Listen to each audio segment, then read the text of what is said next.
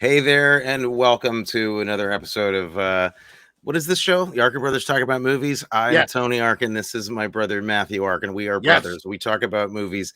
Tonight, welcome to our discussion about the Darjeeling Limited from 2007, starring Owen Wilson, Adrian Brody, Jason Schwartzman, and directed and co-written by the great Wes Anderson.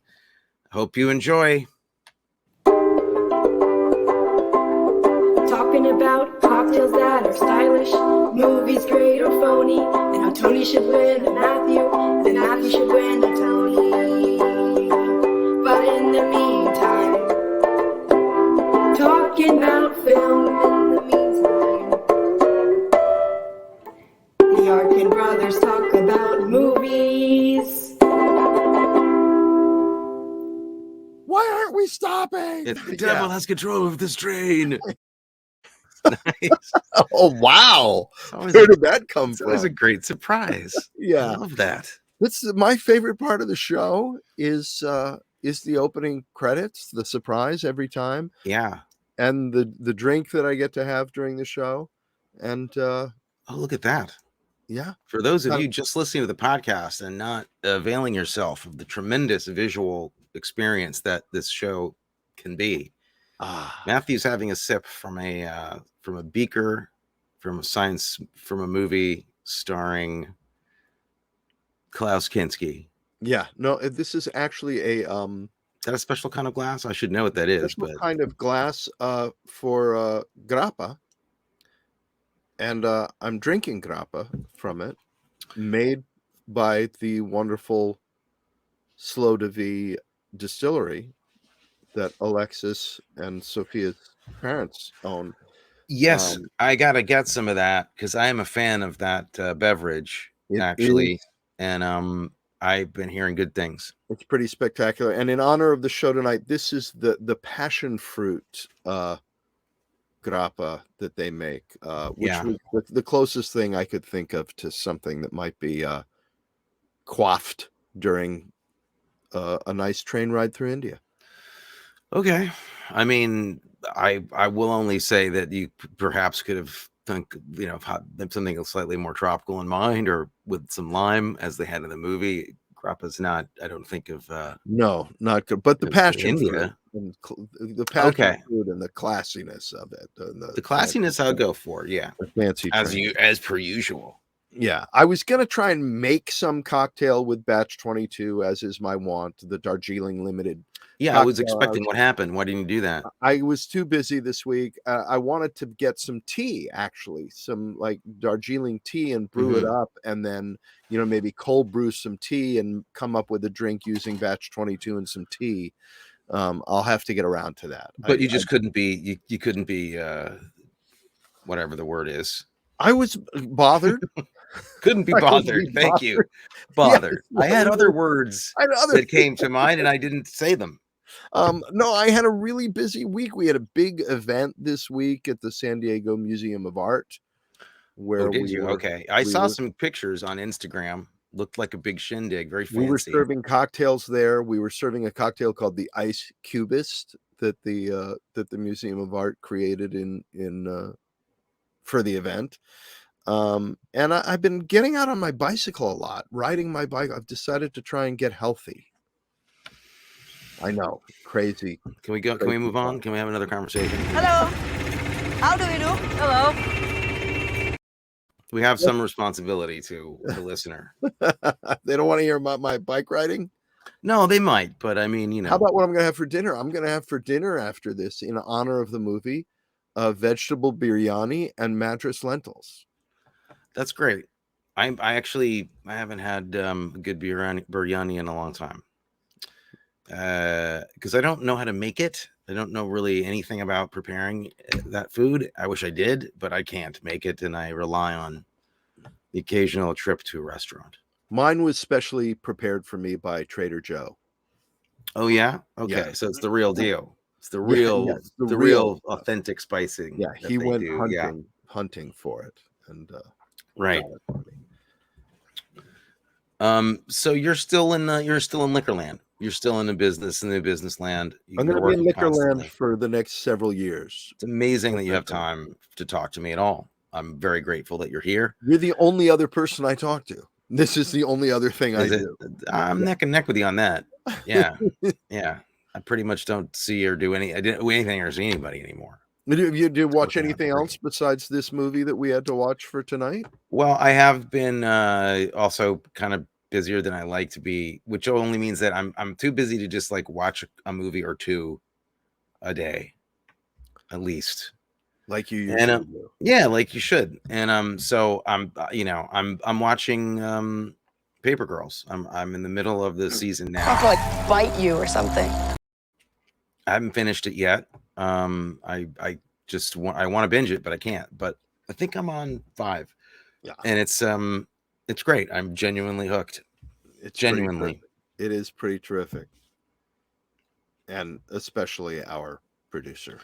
Our producer's fantastic on it. I mean, let's face it. This show really only became a show when our 3 producers deigned to come and help us out. We were nothing without them. It's true. I completely agree with that. This is, I mean, people, who do watch, they're like, are you doing how? What's that? You interrupting me now? Is that how this works? You just talk right over me? One of them typing something for us saying, and don't forget it. True. That's all right.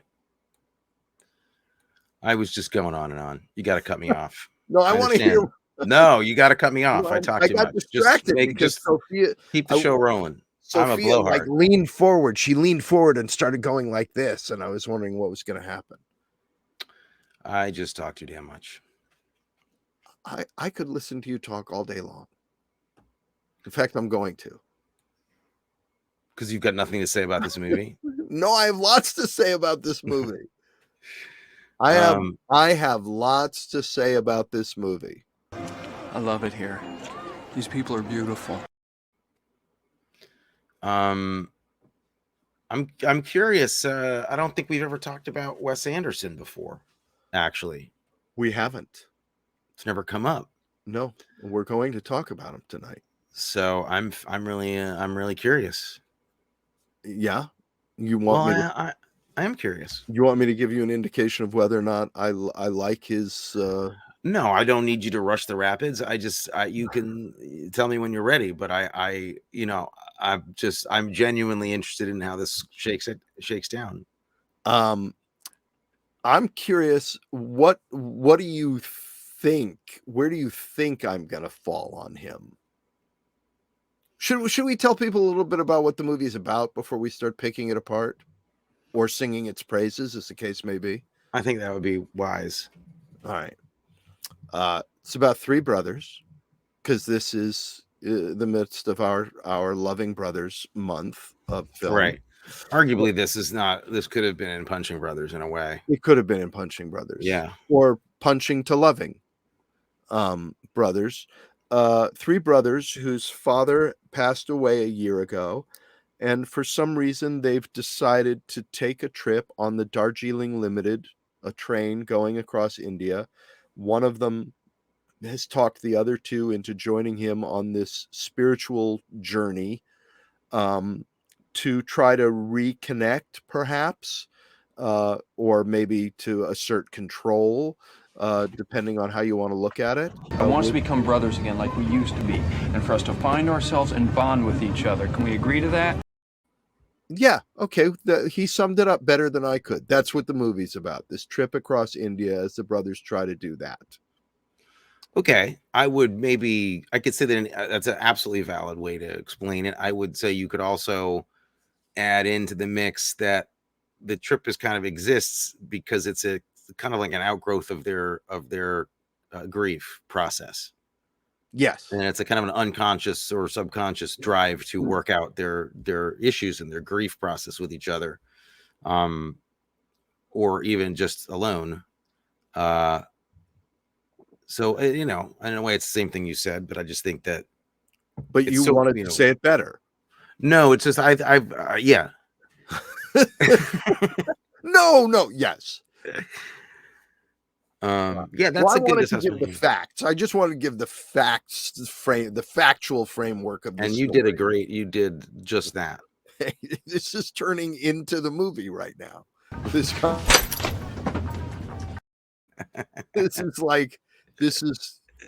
is why Adam said to me when this movie came out, we should all three go see this movie together. Mhm. Yeah. Yeah. Yeah. Yeah. Wes Anderson movies kind of they speak to me. There's something about his families and his movies and the eccentrics in his films that really that remind me of some things that we've been through. Really? Yeah, Is there little something bit. familiar about it? Maybe Yeah, a little. just a little bit. Huh.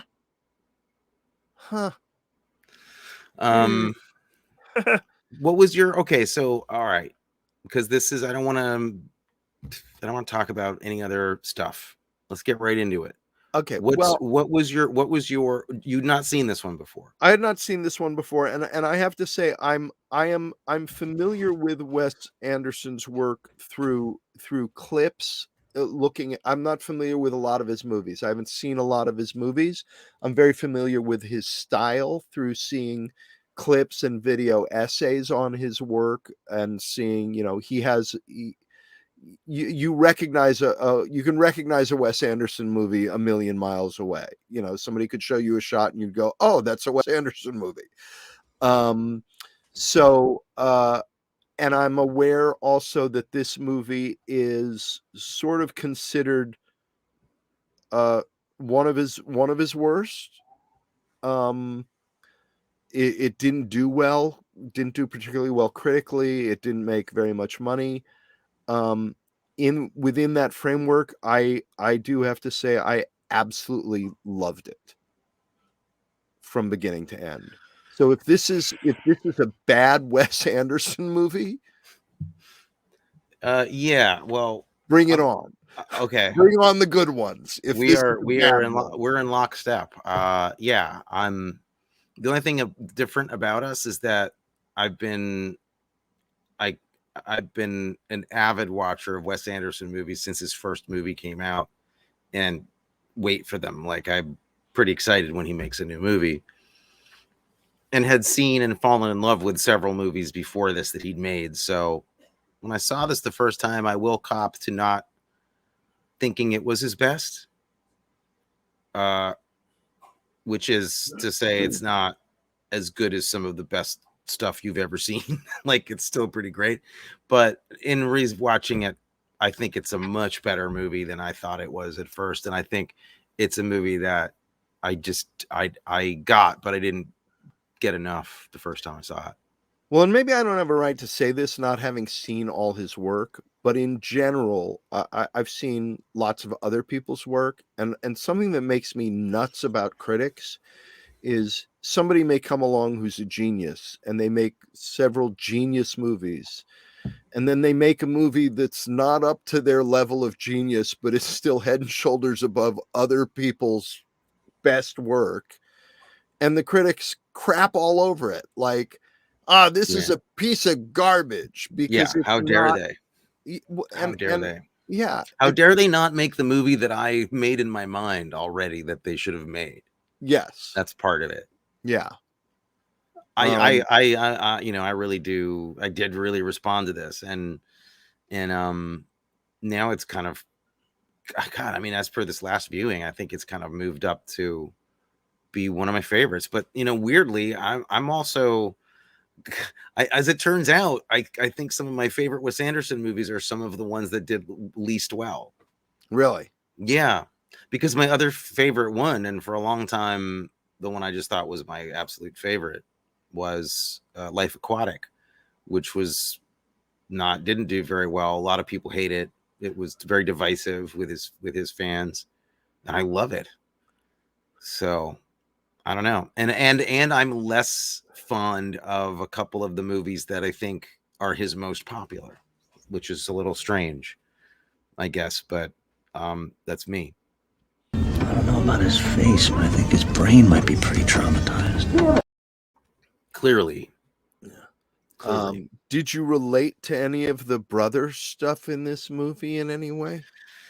Oh my God. Like, I mean, you know, like more than any film we've covered by a mile, I just see an understanding of brother dynamic and not like what's cool about it is that it's a more mature brother movie. It's not an infantile. I mean, it's somewhat infantile, but the fact that they've learned to use words to argue with each other and for the most part, you Yeah. know, and that they have differences of philosophy. Um, they're more adult, but uh, they're so immature and so childish. And I think it holds a mirror up, man. I mean, it really does. Anybody that's got brothers, I think would and you're over the age of if you're out of your teens and you're out of the house and you're adults, would really have to say this is pretty close to home. Oh, very, very much so. Um, uh, there's, I love, I struggled with, didn't struggle with, I'm struggling in terms of trying to figure it out. The Bill Murray sequence at the beginning of the movie, um, in some of the stuff that I read, they just treat that as, um, Adrian Brody overtaking this businessman who misses the train, and Adrian Brody gets it. And I kept thinking that that was symbolically the father being left behind on the station and them going on this journey. Anything to that for you? 100% Okay. do I agree Okay. with that. Yeah, All right. I mean, I think it may evoke a few things. I think, you know, if you don't know, like, did you see Rushmore or Life Aquatic or No. see, the thing is, there's a lot of inside jokes here too, because Bill Murray is in all of these movies. So Right. so him making an appearance in this is just great because that's a Wes Anderson thing, like Right. Bill And Murray then and not Wes being Anderson. in it. Yeah, and then not being it. So it's funny in and of itself. And I think it probably also acts as some kind of like cartoon that encompasses the whole thing, which is essentially like an American, you know, materialistic business minded man running and running and never catching up with what he wants to catch up with, is really kind of what they're saying about these guys, you Right. know, too. It's like a cartoon of that in the beginning of the movie. I have a question for you. Did you see um just looking at the notes here? About Natalie Portman having Yeah. 20 Well, seconds in the movie. did you see, I don't know how you saw it. Did you see the short that's supposed to go before the film? I did not. Yeah, That see, she stars in. that's a big that's a really weird thing. I don't know why they're releasing it this way. I don't know what kind of deal happened where they felt like this was an optional short film. You know, it's not. The short film that goes before, it's like really part one and part two. It's actually not really, to me, like a short film. It's really a very short chapter. That's the first preface to the movie Darjeeling Limited. And both times I've seen it, I saw it with that, because I guess I've seen it on disc, so the disc plays it that way.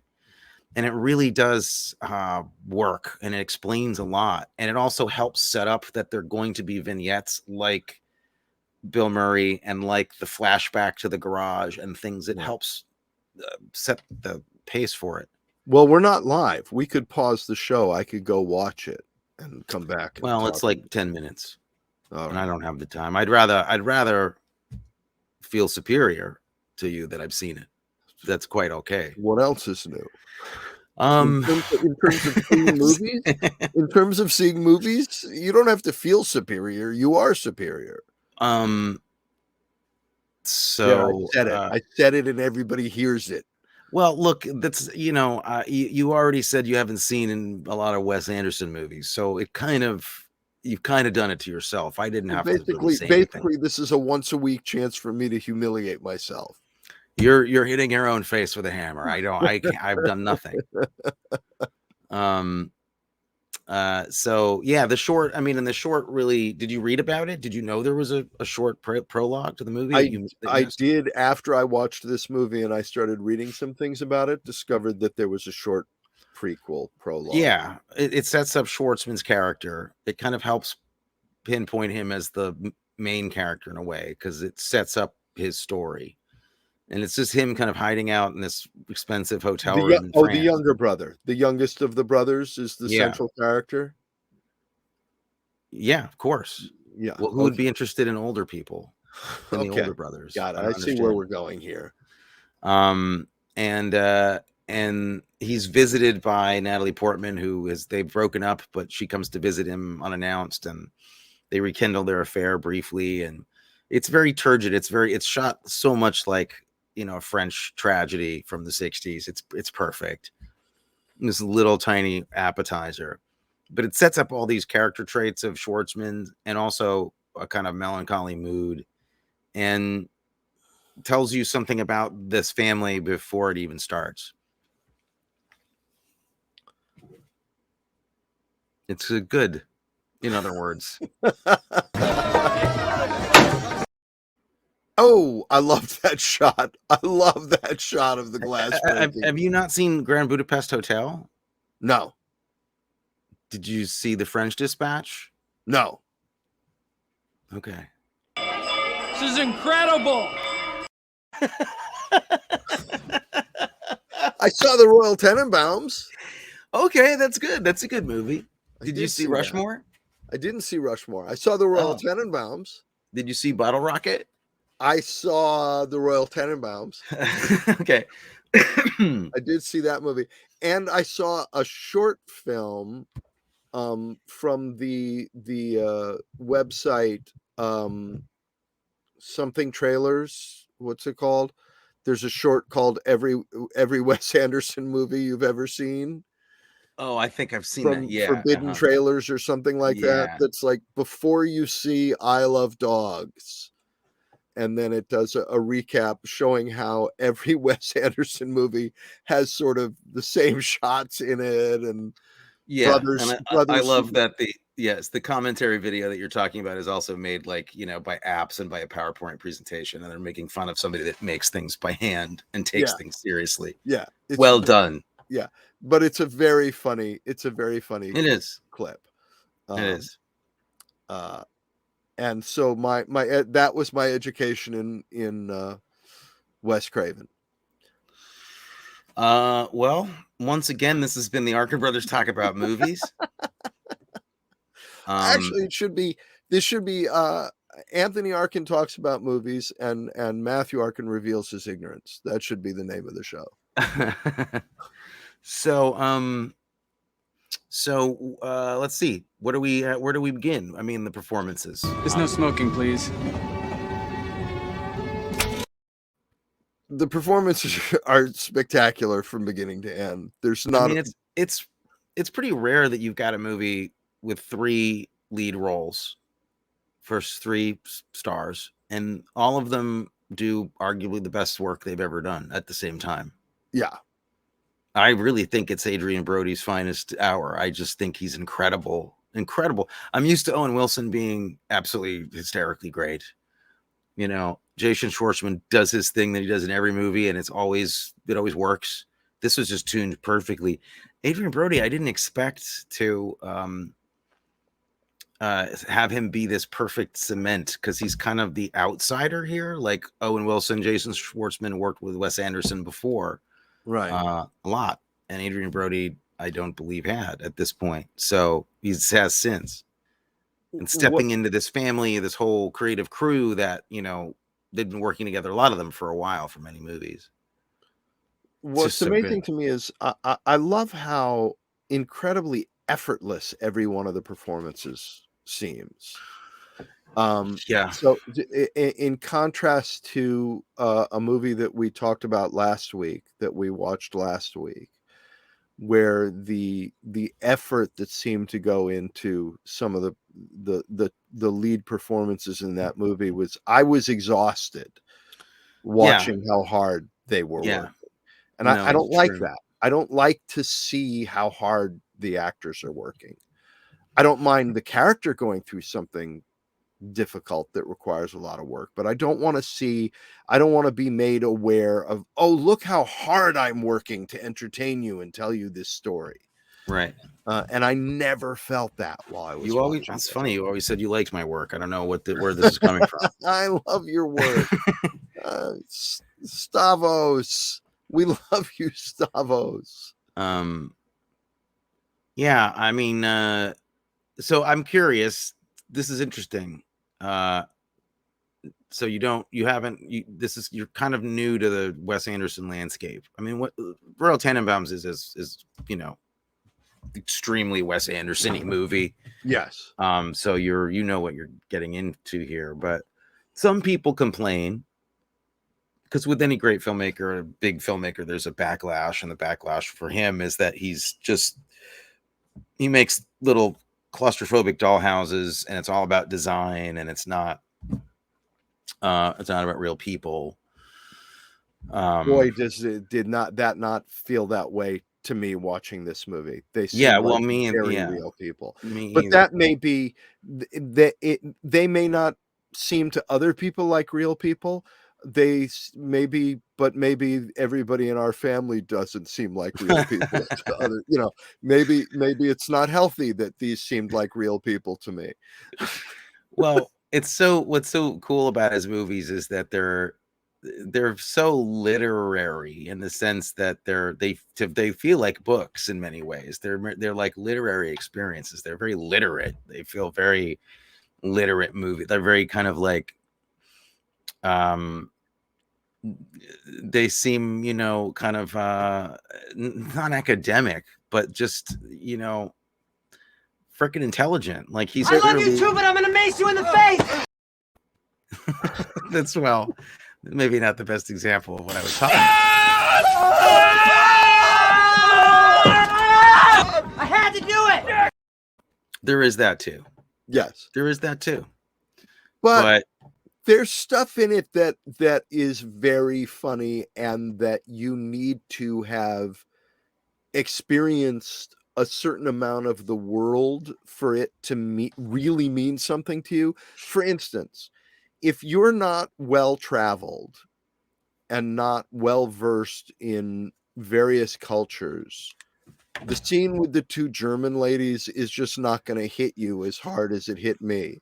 I know that scene hit you really hard. Oh yeah, I wasn't there when you watched it, and yet as I was watching that scene, I thought to myself, Anthony is dying watching this scene, as I was dying, because I had a moment in a laundromat in Berlin, a story oft told that I know, with me and the detergent. Summer of 1978, that I still have nightmares about. And that scene with the two German women having the argument at the next table, if you haven't been around the world and experienced some different cultures and different things, that scene isn't going to mean anything to you. Perhaps not, or not as much. Or you may think that it's not, that it's a cartoon and not based on some kind of real observance of life. Which I think. Look at these assholes. We're invited to the funeral.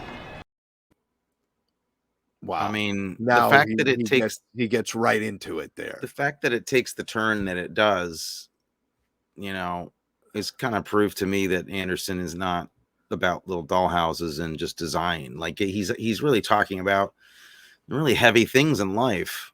All his movies have got a lot of grief or tragedy in them, And it takes the turn exactly when it needs to, because I was just starting to feel, boy, is this movie going to stop being kind of meaningless and racist in a way? Like, just the way it was observing and treating the Indian culture was starting to make me uncomfortable. and then when it takes that turn in the way that it does, and it goes so deep, in that immediate shift in the way they view and participate in the reality of the world around them, was so profound to me. The Right. awakening that the brothers have. Yeah, and I love the fact that they're awakening. You could argue that it's not really a full awakening, that it's like the first moment that they start to awaken. Yeah. You know, like they just start to, like the first awareness that there's other people and they have feelings. And it doesn't go schmaltzy, it doesn't go so far the way that I think the movie last week also, we could say, kind of manufactured these emotions to push it really far. And this movie, and I think that's one of the things that makes it very literary to me, or his things very literary, is they turn on small events. The movies turn on small internal issues, you know. I gotta get off this train. I love her so much. Oh That's my a God. great character. And she's spectacular in it. Her first movie role. My brother froze. He's not with me anymore. And There you go. now he's back. Oh, Jesus. Yeah, we were talking about I don't have my glasses on. Amara Karan. Yes, Amara Karan. What is her? There's a hole in it.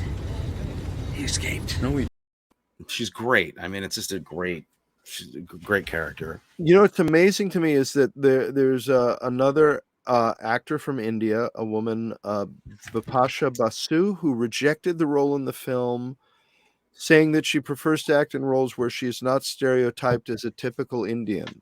And I was like, what about that role was a typical Indian woman?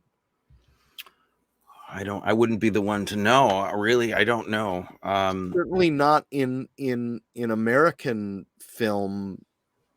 Well, I think it's hard to say how, you know, I mean, maybe she could assume that an American filmmaker coming to India with American stars wasn't going to be telling a story that, you know, was in line with what she wanted to say. I mean, it's a fair thing to think, and maybe she'd even feel that way about the end result of the movie. I'm sure there's probably people that this movie doesn't sit well with for whatever reason. I never feel like I unlike you didn't feel really uncomfortable with it, because maybe I just knew that Anderson was putting the camera in the point of view of these guys. Like we were looking at India with them through their limited vision and scope, and that they were really not the heroes of. I mean, they were here. They were our protagonists, but they weren't heroes of the movie. They were very flawed. I misspoke. I didn't feel like the movie was racist, but it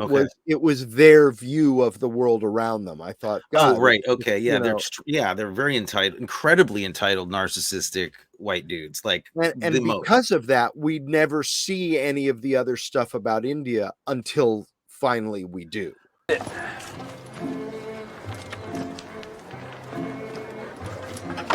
Hey, come back here! What? The kid just left. Oh. Get him! He left his shoe shine. Well, now he can pay for this whole building. Those are $3,000 loafers. I love that he steals one shoe. Yeah. The filmmaking stuff on display too is really like crazy to watch, like what they did. I mean, you know, his camera work, which sort of violates all of the rules. Yeah, I mean, he's got an incredible style, but the fact that just the fact that they decided to shoot this on an actual train, though. Yeah. I mean, that wasn't faked. I mean, they were on a train and it was traveling. It was going through India, like 100 miles in one direction and then 100 miles in the other direction for a month. They were on a train. I mean, that's like Spielberg doing Jaws on a real boat. You know?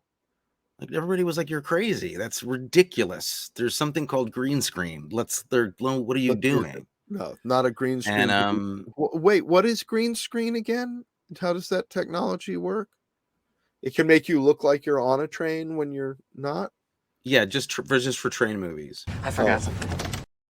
It's for like movies on a train. That actor, Waris Aluwalia, who plays the Who plays the cabin master, the steward? cabin master, the Mhm. steward. He's so spectacular. Oh, he's great. He's great, and he's in other Wes Anderson movies too. He's in a bunch. He's in Life Aquatic and other stuff. What a great, it's just the filmmaking is so it's so handmade. It's so kind of perfectly tooled.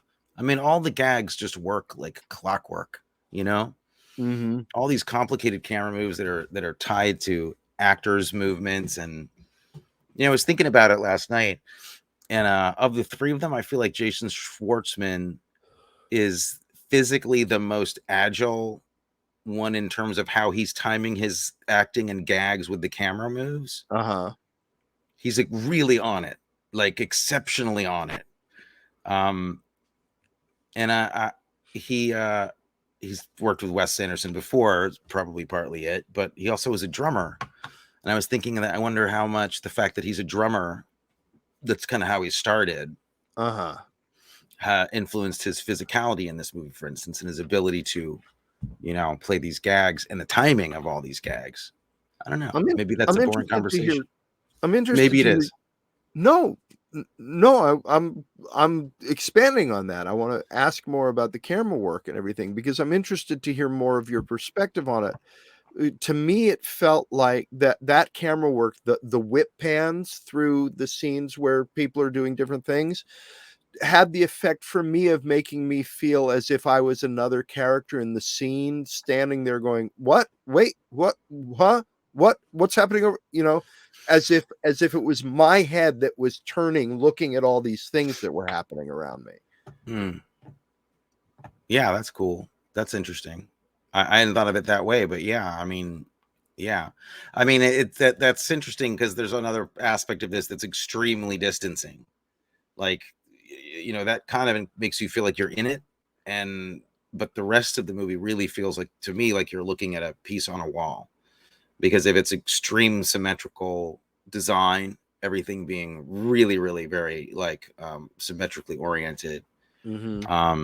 Screens just in perfect threes or divided in half with like mirrored images on either side. Straight ahead shooting, like he doesn't do a lot of side angled shots. A lot of stuff is just straight on people or extreme side angles, like 180-degree side or straight on.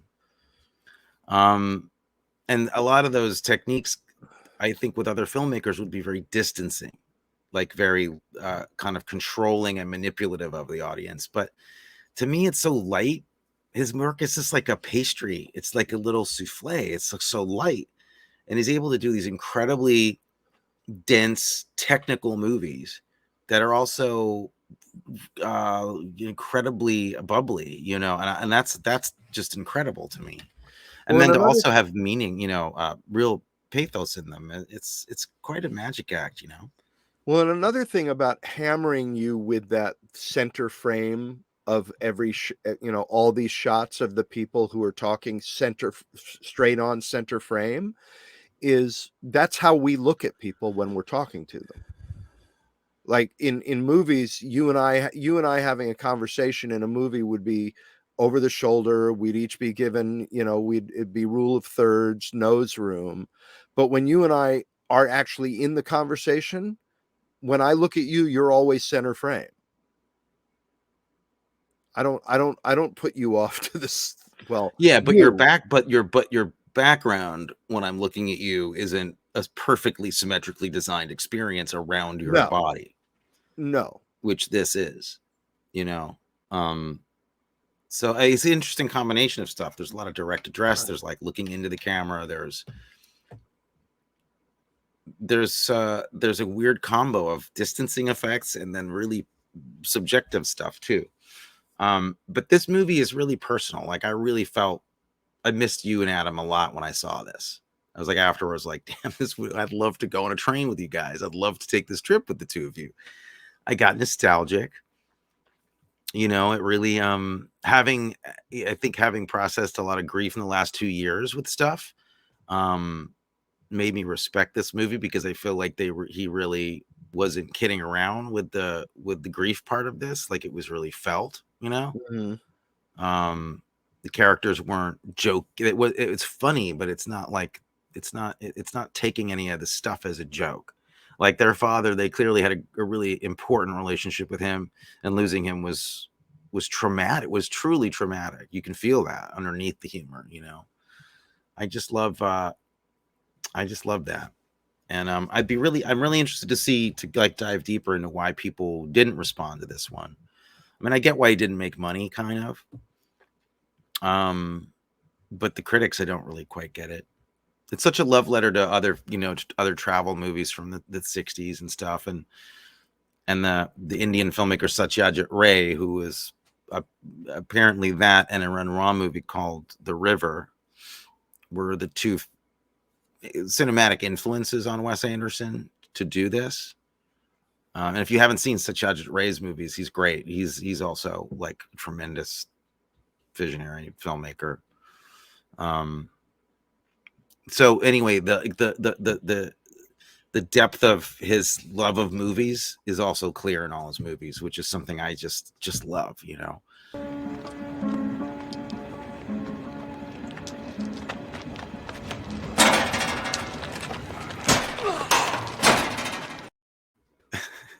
Throwing rocks at the train. So good. Let me ask you, this is a really important question. Of the three brothers, which one is Adam, which one is me, and which one is you? I'm not talking about casting. No, I figured tell you in real life. On this trip.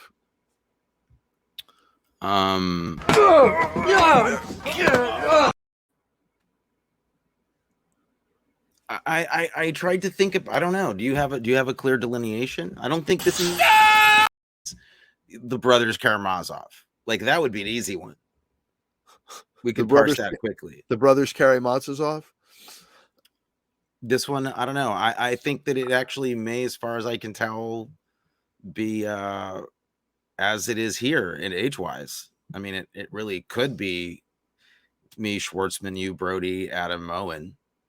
Yeah, I definitely Adam's Owen. Yeah. I don't know. You know, I could see that. Did you have that? That's the lineup I had right there. Yeah. I had you as Schwartzman and me as Brody. Okay. Yeah, I think that's how it would go down. I wish I had half the class that Brody has, but you know.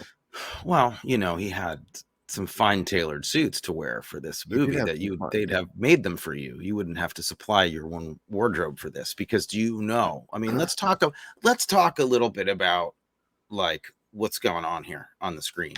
Okay. This is a great movie, great funny, great acting, funny story, blah blah blah, but like the pedigree here is insane. Like his team of creative people, Wes Anderson just works with these geniuses, like they're all incredible. His director of photography, I find my notes here or I'm going to be really sorry. His director of photography. We'll stop feeling sorry for ourselves. It's not very attractive. Yeah, I won't do that again. Robert D. Yeoman. I mean, he worked with Anderson from the beginning, from Bottle Rocket. They've done every film together. So their language together is just fantastic. But he also did movies like Drugstore Cowboy and then Bridesmaids. He's incredible. Production designer Mark Friedberg has been with Wes Anderson since Life Aquatic and did The Ice Storms, Synecdoche, New York, and The Joker, If Beale Street Could Talk. I mean, these are the best people working in the business. The editor, Andrew Weisblum, has been with Wes Anderson since Darjeeling Limited and also did The Black Swan and The Wrestler and Mother and Aronofsky's movies. Costume designer, you know who this is? Now, you said this is why I'm thinking about it, because the costumes in this movie are like noticeably like they're crazy good. ridiculously great. Yeah. Not Eat it often in a back. movie that's like just a modern movie do you sit back and go, my God, is that gorgeous? Well, this is Milena Canonero, who, what do you think her first movie was? Sunset Strip. Clockwork Orange. Her Holy. first movie. Her first movie? Then she went on to do Barry Lyndon, her second movie. Midnight Express, The Shining, Chariots of Fire, The Hunger, The Cotton Club, Out of Africa, Tucker, Dick Tracy, Godfather 3, and A Single White Female, which Amelia is in. So it's a special place in my heart. And other movies. I mean, this woman is one of the greatest artists in film. I mean, it's incredible. So you'd be wearing a suit that she had designed for you, and that would have been okay. You don't see design in movies like this very often, honestly. And his fascination, Wes Anderson's design fascination, goes back to like the old days of Hollywood. So he's doing stuff that people don't really do anymore. Like nobody goes and buys an entire train and paints the entire thing and drives it back and forth 100 miles through the desert anymore. They weren't doing that in 2007. I mean, that's like David Lean stuff, but he did it. And the fact that he's doing that not in the service of some kind of like gun fetishizing violent action movie or Bond movie or something, which is the same thing. You know what I mean? Like that he got to do it for a weird drama comedy about brothers taking a trip. I mean, I don't know if we're going to see that much anymore. That's incredible to me. They're doing a lot of that stuff on Hulu, I think. Right? Sure. Yes. Yes. Shudder. I think Shudder is doing some stuff now like that. Not many people are doing that anymore. No, that's true. And they certainly aren't shooting on film when they're doing it. No. Do you have are there things about the script? Are there pieces of dialogue that jump out at you? I mean, please forgive this.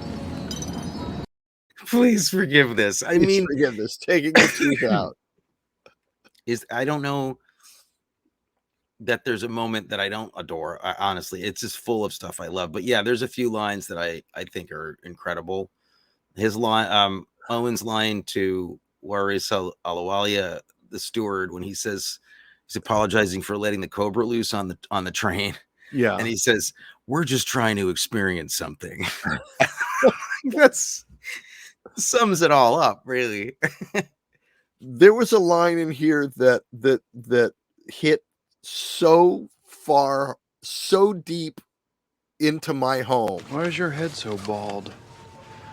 Because I have alopecia. That wasn't it, but that's a great line. That's a great moment and a great line. But I think it was Adrian Brody who says it when at one point when Owen Wilson is talking about what they're going to go do and this spiritual thing, and Adrian Brody just says, "I'm going to go pray at a different thing." I know. And I was like, "I'm with you, buddy." That's 30 years of my life right there. You know what? You guys do that. I'm going to go pray at a different thing. I'm going to go pray at a different thing. Oh my God. It's incredible. That's great. Almost It's a perfect moment. A problem with that. It's a perfect moment.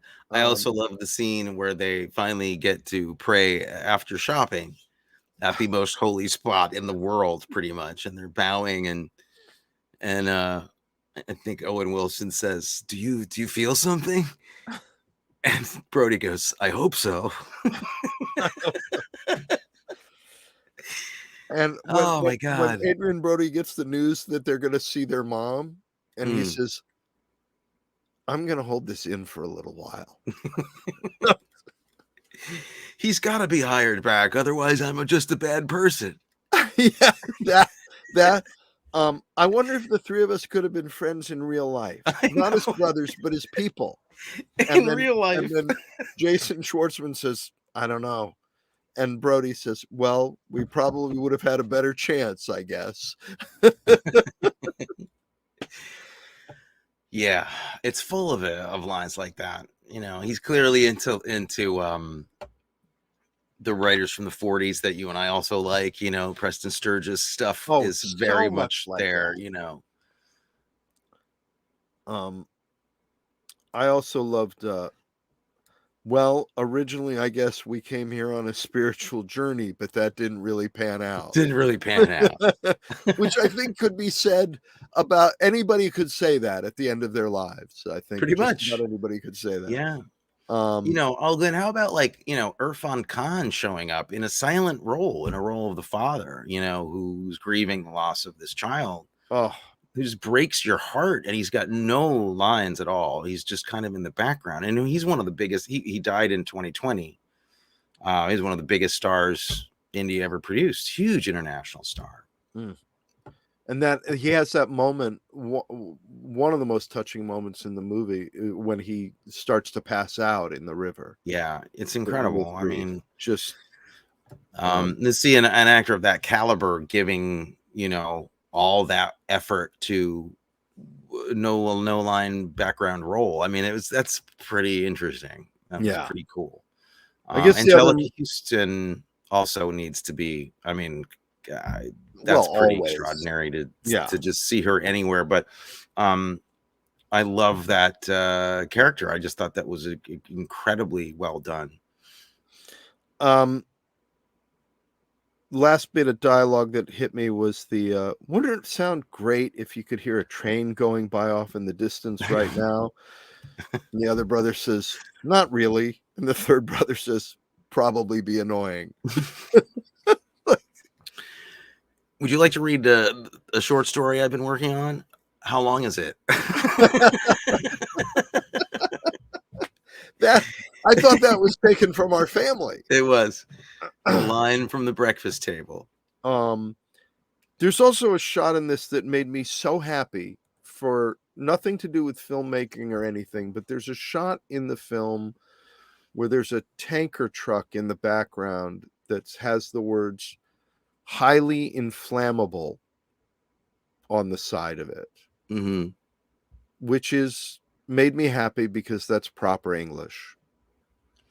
Which, of course, they would use in India. In India, because in America we say highly flammable, and there's no such word. It's not. So. Which, if it means anything, it means it's impossible to set on fire. Right? Yeah. Yeah.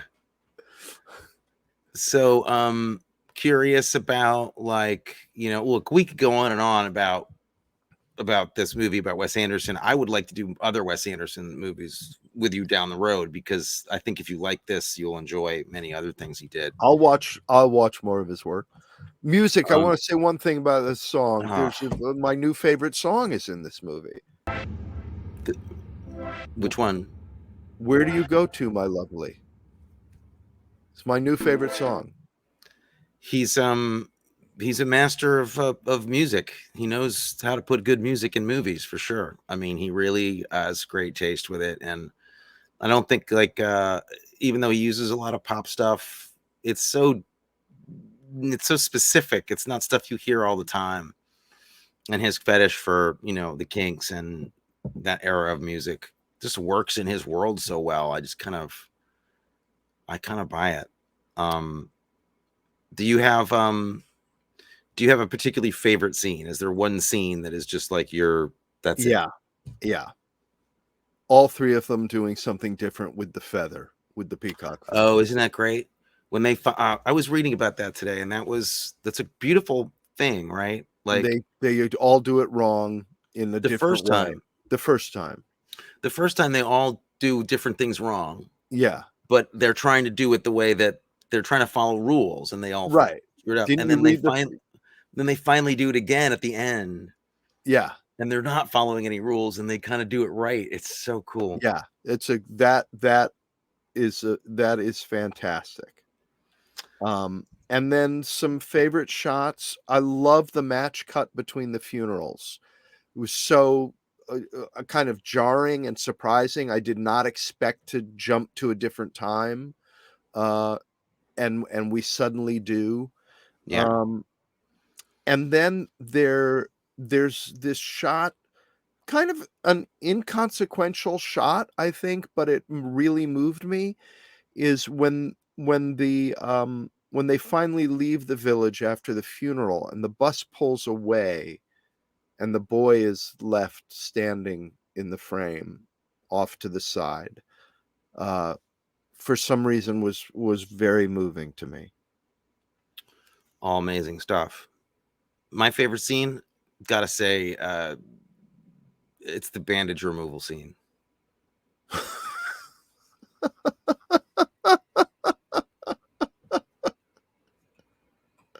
It's incredible. And I have that line written down as one of my favorite lines. I guess I've got some more healing to do. Yeah. You're getting there though. Yeah. Anyway, definitely going to add a lot of character to you. I just, it's such a great combination of things going on there because it's a really hellacious makeup job. It looks very, very real, and it looks like he really messed it up. Like he really messed his face up, and it's much worse than you expect it to be under. Yeah, and the fact that they register that it's actually a lot worse. Like you're expecting to have somebody be like, oh well, turn around this way, you look okay. It's like everybody's just like, no. You're not done yet. That's still a disaster. No, you went face first into a mountain, buddy. Yeah, it's that's my favorite scene. I love that. Yeah, that's pretty great. I mean, as is the whole scene at the garage, like the whole sequence when they're trying to get to their father's funeral at the mechanic shop is, I mean, what? It's perfect. That's it's perfect. What I was saying through that entire scene was what? Yeah. But it makes complete sense. Like they're going to miss their father's funeral because they can't not go, not in his car. Like they have to have it perfect. Yeah. And it's such a believable grief pattern too. Like I believed that would happen. I completely believed it. Yeah.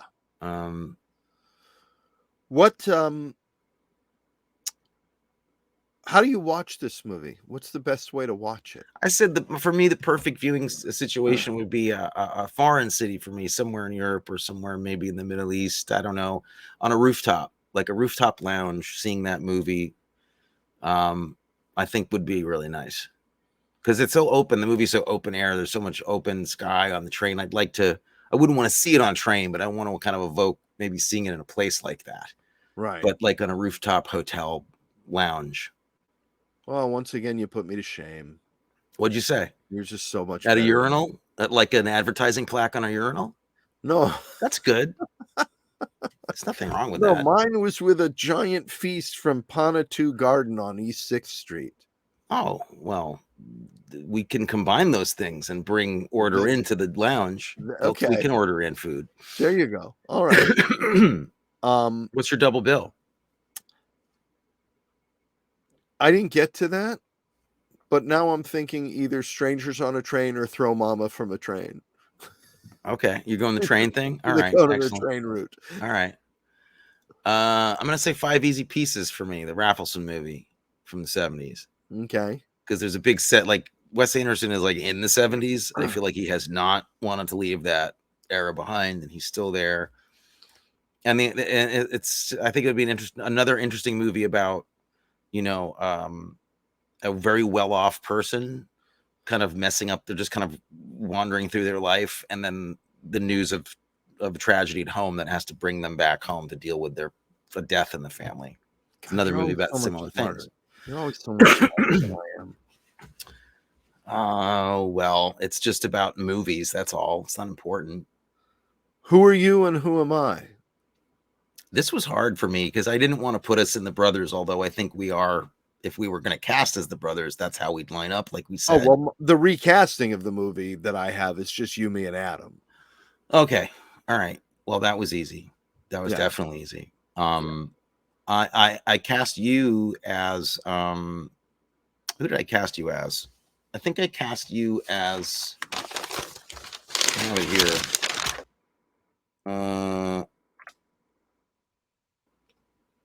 Oh yeah, you're the assistant. Okay. And who are you? You're Owen's assistant, played by Wallace Wolodarowski, who's one of the producers on this movie. And Who doesn't have alopecia?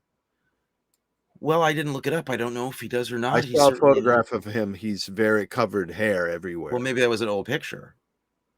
That's yeah. I met him once a long time ago when he directed a movie called Cold Blooded, which is Did he an have interesting, alopecia? funny movie. He did not. He had hair much like the picture that you saw, but I don't know Okay. what he's like now. But he's gone on to have a great career. I'm very happy for him.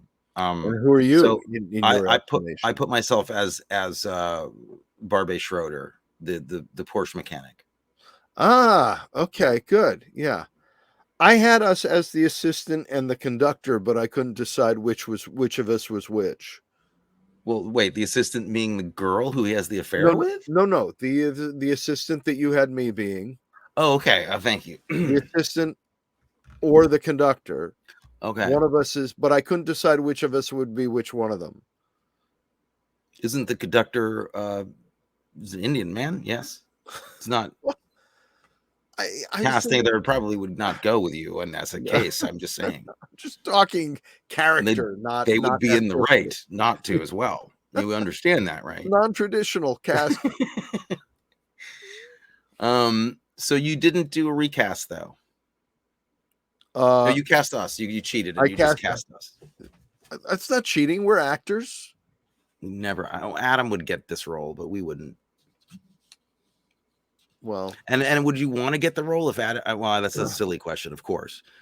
If Adam just made it happen and yes, through nepotism got us the job. Yes. I would be quite happy to be the Clint Howard of the Arkin family. Oh, I would jump through hoops to be the Clint Howard. Are you kidding me? That's a great thing to be. Better the Clint Howard than the Eric Douglas. That's I'll be the Ted Raimi happily. Yeah, right. Bring it.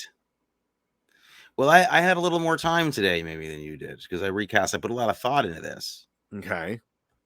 Now you got to go with me because you're going to name people I've never heard of because you know things that I don't know. Buckle up. Knowing what you know so far about Wes Anderson, do you feel like there's he might have an affinity for like the French New Wave and for Godard and for like Truffaut and that stuff? I mean, makes sense. Yeah. Yes. Well, he is.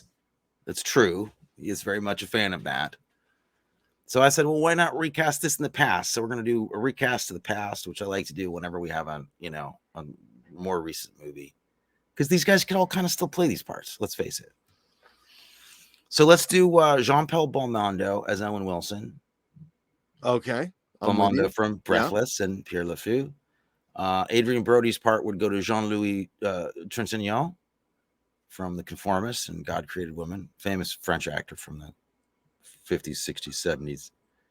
And Jean-Pierre Laude, I think that's how you pronounce it, from The 400 Blows, Day for Night. Truffaut is the little kid that Truffaut discovered and put in 400 Blows. That would be the Schwartzman part. And I think them in a black and white version of this would be Chef's Kiss. It'd be mwah. That's what I think. Well,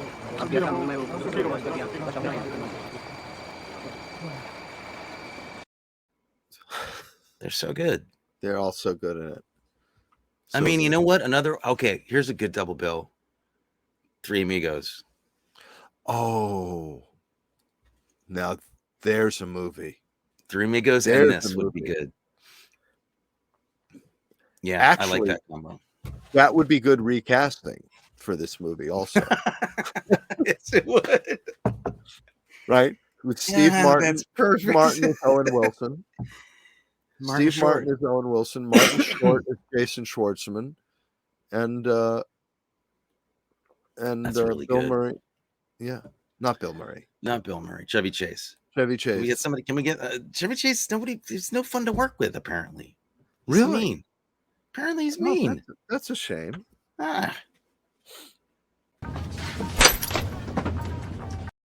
That's what he would do to you. That's what he would do to me. Well, next week, we finish up our. Do you have anything else to say about this movie? No, just that I will see it again in a couple days. And next week we finish up our Loving Brothers marathon, short marathon, with 1990s Coupe de Ville starring Patrick Dempsey, Danny Stern, Ari Gross, Joe Bologna, and some other guy. Yeah. And Ari Gross is going to be a guest on the show with That us. is wonderful news. That's great. I haven't seen Ari in a long, long time, and I'm sure he doesn't remember me, but I know you're friends. He does remember you. In fact, I had a long conversation with him on the phone today, and he told a story about asking if you were in Florida when they were shooting Coupe de Ville. And he said that I said, yes, I believe you were. And he said, because we were in a van going somewhere and nobody was talking. It was totally silent. And then Dad said I'll let him tell the story, but it went into one of those name games that we do in the family, where Dad just said a name of somebody whose last name was a dog of some kind, and then Dad said something like somebody Spiegel or Beagle.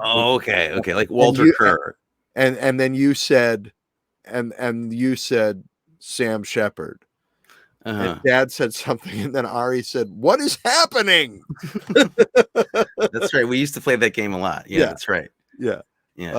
So he'll be joining us, and I'm sure he'll have lots of other stories to tell about you and Dad and Florida, which is always a good time. Hell yeah. Hells yes. Does he collect ducks? Another great Florida story. Great. Yeah. Great. So, all right. So join us next week for 1990s Coupe de Ville. Yes, indeed. Looking forward. Have a good night, everybody. Talking about cocktails that are stylish, movies great or phony, and how Tony should win and Matthew should win. They're telling